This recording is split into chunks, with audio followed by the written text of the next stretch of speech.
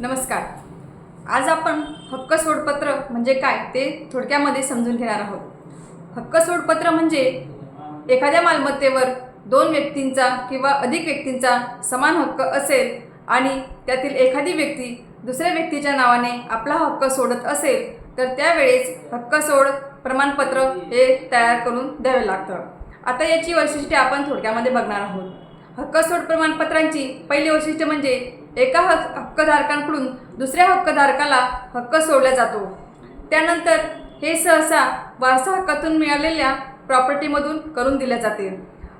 यामध्ये सहसा मोबदला दिला जातो किंवा नाही ही दोन्ही शक्यता वर्तवली जाते.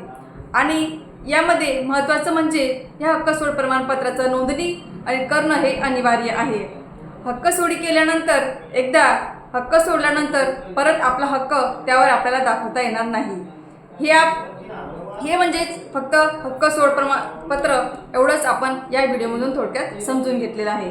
जर हक्क सोड प्रमाणपत्र हे व्हिडिओ आपल्याला आवडला असेल तर पेजला फॉलो करा, लाईक करा आणि शेअर करा. धन्यवाद.